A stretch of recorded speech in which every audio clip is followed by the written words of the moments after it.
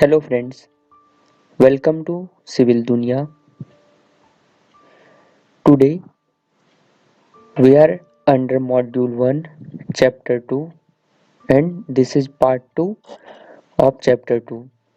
In this video, we will going to learn manufacturing functions of geosynthetics. So let's get started with the process of manufacturing of geosynthetics. Geotextiles are manufactured in many different ways, partly using the traditional textile procedures and partly using procedures not commonly recognized as textile procedures. The manufacturing process of a geotextile basically includes two steps, that is Giraud and Carroll.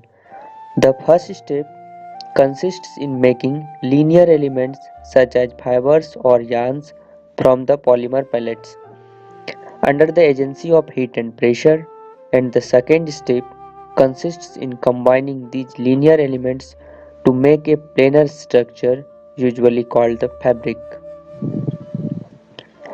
The basic elements of a geotextile are its fibers.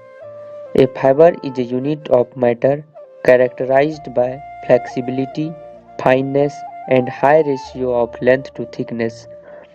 There are mainly four types of synthetic fibers, which are filaments. This is produced by extruding melted polymer through dies or spinnerets and subsequently drawing it longitudinally. Second one is staple fibers. It is obtained by cutting filaments to a short length. Typically it is 2 to 10 centimeter. Third one is slit films, which are flat tape like fibers, typically 1 to 3 mm wide, and it is produced by slitting with blades and extruded plastic film and subsequently drawing it. And fourth one is strands. This is a bundle of tape like fibers that can be partially attached to each other. During the drawing process, the molecules become oriented in the same direction, resulting in an increase of modulus of the fibers. A yarn consists of a number of fibers from the particular polymeric compound selected.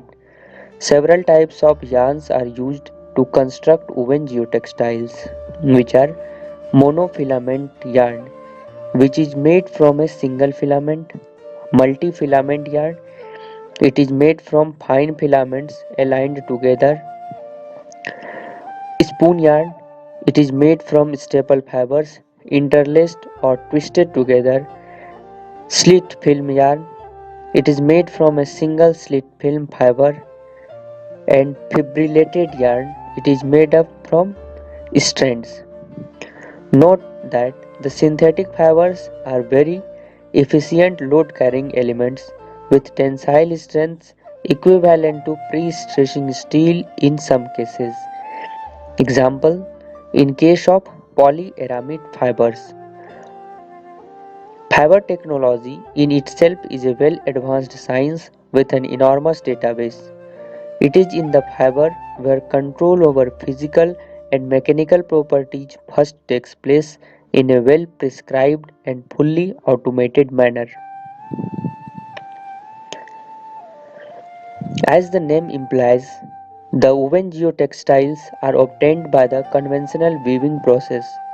Although modern weaving looms are extremely versatile and sophisticated items, they operate on the basic principles embodied in a mechanical loom illustrated in. The weaving process gives these geotextiles their characteristic appearance of two sets of parallel yarns interlaced at right angles to each other. There are two terms, warp and weft, are used to distinguish between the two different directions of yarn. Okay, the longitudinal yarn running along the length of the weaving machine or loom and hence running lengthwise in a woven geotextile roll, it is called the warp, and the transverse yarn running across the width of the loom and hence running widthwise in a woven geotextile roll, is called the weft. Okay, since the warp direction coincides with the direction in which the geotextile is manufactured on the mechanical loom, this is also called the machine direction, that is MD.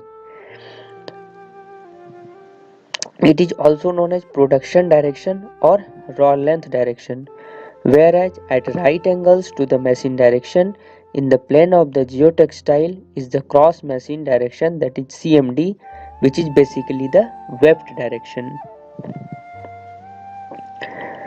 It, here are the main components of weaving loom. Okay, this one is weft thread. This portion is reed.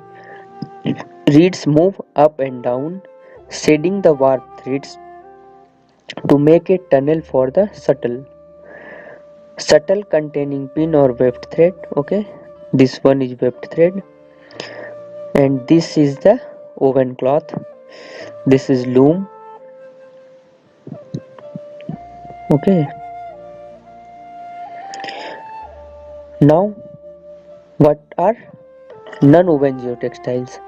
Non-woven geotextiles are obtained by process other than weaving.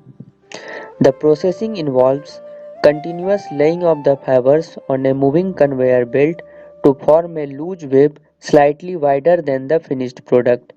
This passes along the conveyor to be bonded by mechanical bonding, obtained by punching thousands of small barbed needles through the loose web.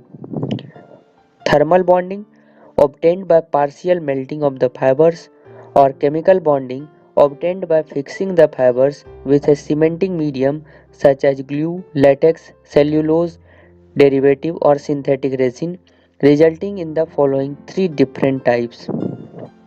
First one is mechanically bonded non-woven geotextile or needle punched non-woven geotextile.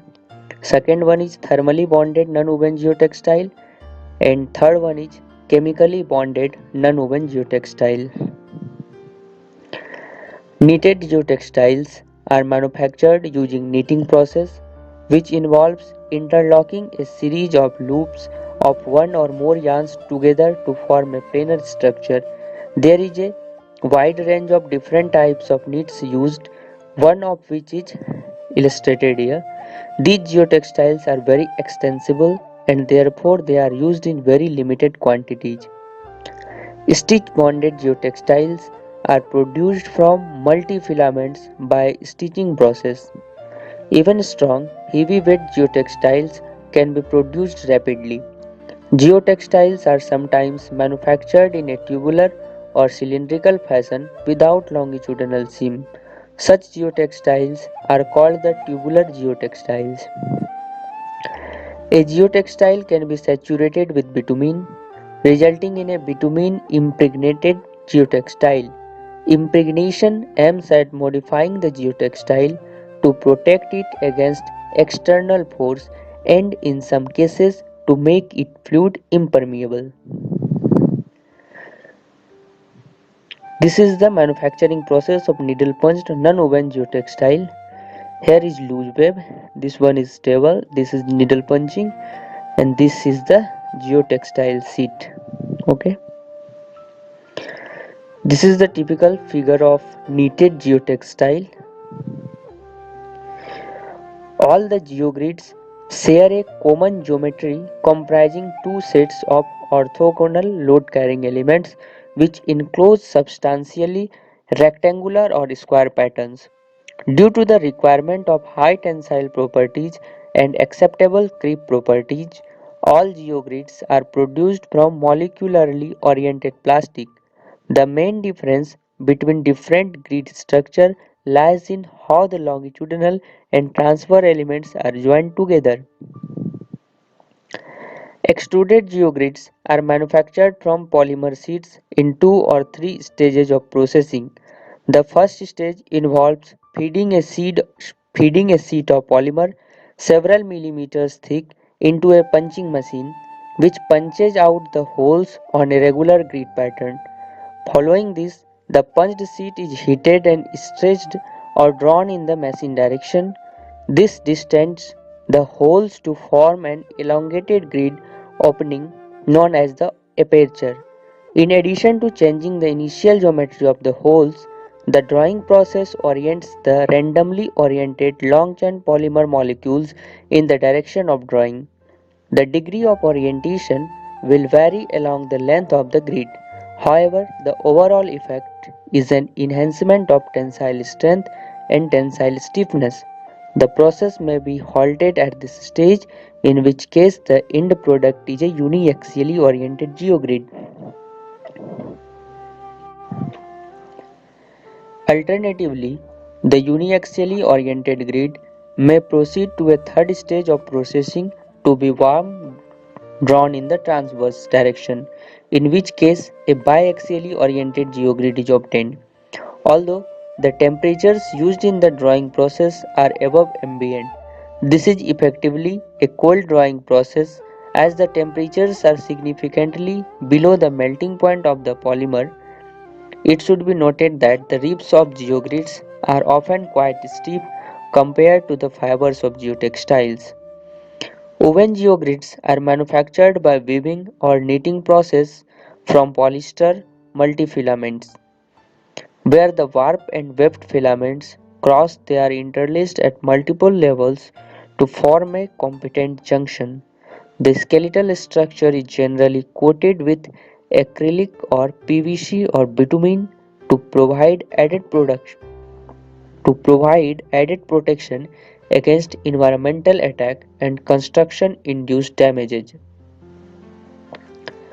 Bonded geogrids are manufactured by bonding the mutually perpendicular PP or PET strips together at their crossover points using either laser or ultrasonic welding.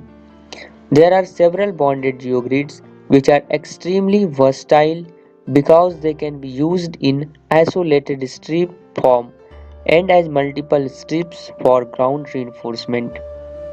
Geonets are manufactured typically by an extrusion process in which a minimum of two sets of strands, bundles of tape-like fibers that can be attached to each other, are overlaid to yield a three-dimensional structure. A counter-rotating die with a simplified section, as shown, is fed with hot plastic by a screw extruder. The die consists of an inner mandrel mounted concentrically inside a heavy tubular sleeve. When both the inner and outer sections of the die are rotated, then the two sets of spirals are produced simultaneously. However, at the instant that inner and outer slots align with one another, there is only one. Okay. Most of the geomembranes are made in a plant using one of the following manufacturing process. First one is extrusion, second one is spread coating, or third one is calendering. The extrusion process is a method where a molten polymer is extruded into a non-reinforced sheet using an extruder.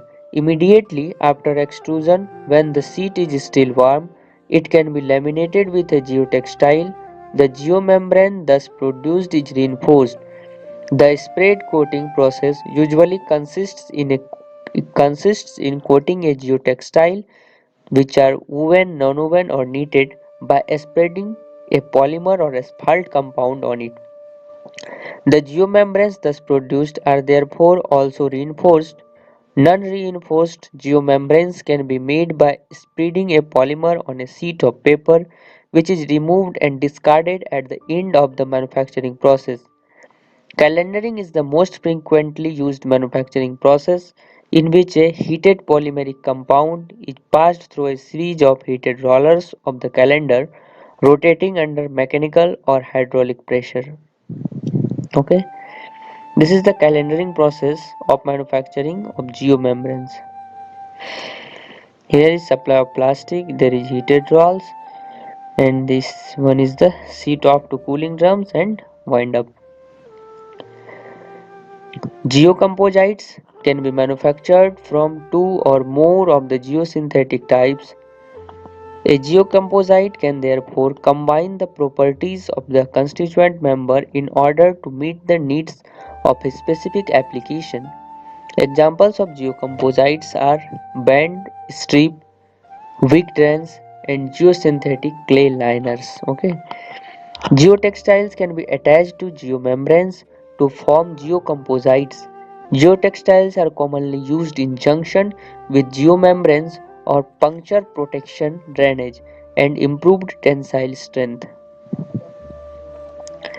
A geosynthetic clay liner (GCL) is a manufactured hydraulic barrier used as alternative material to substitute a conventional compacted soil layer for the low permeability soil component of various environmental and hydraulic projects, including landfill and remediation projects.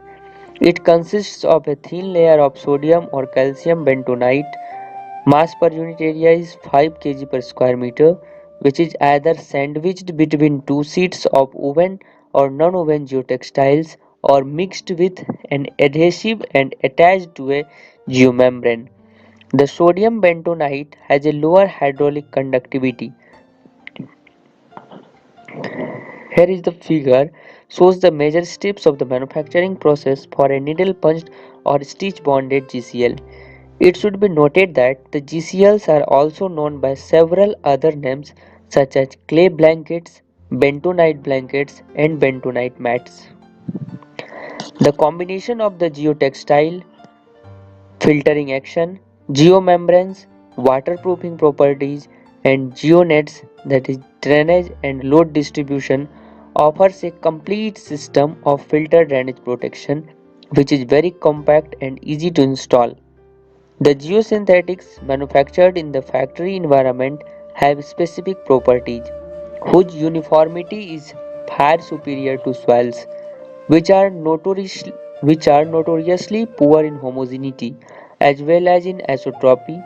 Based on many years experience of manufacturing and the development of quality assurance procedures, the geosynthetics are made in such a way that better durability properties are obtained. Thank you for watching this video. Stay tuned with this channel for next video on geotechnique. Okay, if you want to PDF of this video, please visit our Telegram channel Civil Dunia. Okay, thanks for watching.